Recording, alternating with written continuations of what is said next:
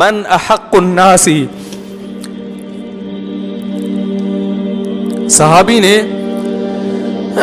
رسول صلی اللہ علیہ وسلم سے پوچھا من احق الناس بحسن خلقی، یا رسول اللہ سب سے زیادہ اچھے اخلاق سے کس سے پیش آؤں میں بات کروں؟ صرف بات نہیں، پیش، لب و لہجہ بھی نرم، اور جو آپ کے چہرے کے اور بازوؤں کا جو ایک جو اثر ہے نا اس میں بھی مٹھاس، ہر چیز میں مٹھاس۔ تو صحابی نے پوچھا یا رسول اللہ سب سے زیادہ کس سے اچھے اخلاق سے پیش آؤں؟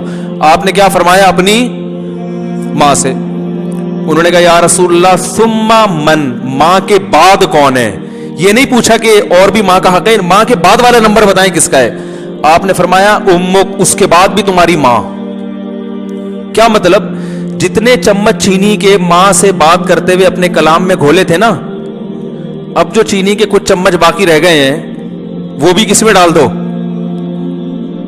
وہ بھی ماں سے کلام کرتے ہوئے اسی میں گھول دو۔ صحابی نے تیسری مرتبہ پوچھا ثم من، یا رسول اللہ اس کے بعد تیسرے نمبر پہ کون ہے؟ بلاغت دیکھو یار کلام کی۔ صحابی یعنی گویا بزبان ثم کا مطلب ہوتا ہے اس کے بعد، یعنی گویا صحابی کہہ رہے ہیں یا رسول اللہ ماں کا حق پتہ چل گیا، ماں کا نہیں پوچھ رہا، اب ماں کے بعد والا بتائیں مجھے۔ لیکن نبی ان کے سوال کو کیا کر رہے ہیں؟ سوال جو آپ کا جواب ہے وہ سوال کے مطابق نہیں ہے، نبی کا جو جواب ہے وہ سوال کے مطابق نہیں ہے، اور یہ کلام میں عیب ہے۔ جو پوچھا جا رہا ہے آپ اس کے علاوہ کوئی اور جواب دیں، یہ اچھا کلام نہیں کہلاتا۔ تو بتاؤ نبی ایسا کر سکتے ہیں کہ غلط بات کریں؟ اصل میں یہ بظاہر اچھا نہیں ہے، لیکن یہ جواب بہت زیادہ اچھا ہے، ٹھیک ہے نا، یہ بتانے کے لیے کہ تم سوال نہیں پوچھو گے پھر بھی میں دوسرے نمبر پہ بھی تمہاری ماں ہی کو ڈال دوں گا۔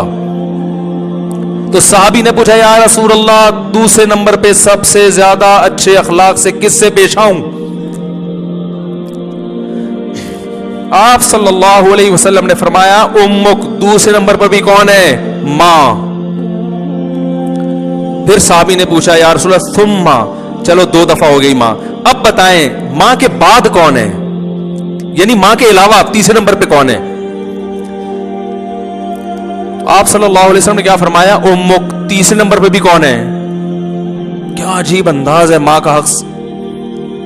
تو ماں سے جب بات کرے نا بچھ جائے انسان، بہت میٹھا لہجہ، بہت میٹھا لہجہ۔ پھر صحابی نے پوچھا یا رسول اللہ ثم من، اس کے بعد؟ فرمایا دوست نہیں، ایئر ہوسٹس نہیں، باس نہیں، گرل فرینڈ نہیں، فرمایا اس کے بعد چوتھے نمبر پہ کون ہے؟ ابوک۔ تو بھائی اخلاق تو یہاں سے شروع ہو رہے ہیں۔ ہمارا حساب کتاب کیا ہے؟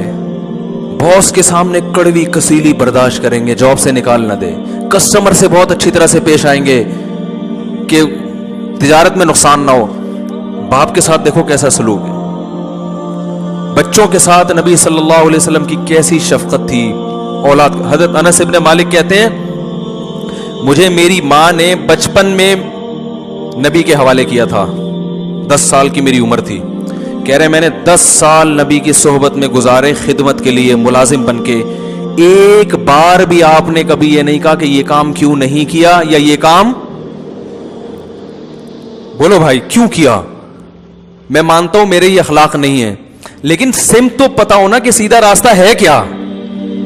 آج میرے تو بہت سفر ہونے لگے ہیں، ملک سے باہر نکلو تو سب سے پہلے جو چیز نظر آتی ہے وہ اخلاق نظر آتے ہیں۔ میں بھی ملیشیا میں تھا نا، کوئی ٹکر لگا دے گا نا آپ کے، خود ہی سوری کر رہا ہوگا۔ بھائی کسی کو کوئی چلتے چلتے آپ غلطی سے اس کی غلطی ہے، سوری غلطی آپ کی ہے، غلطی آپ کی ہوئی، آپ کو ٹکر لگی، سوری کون کر رہا ہوگا؟ آپ۔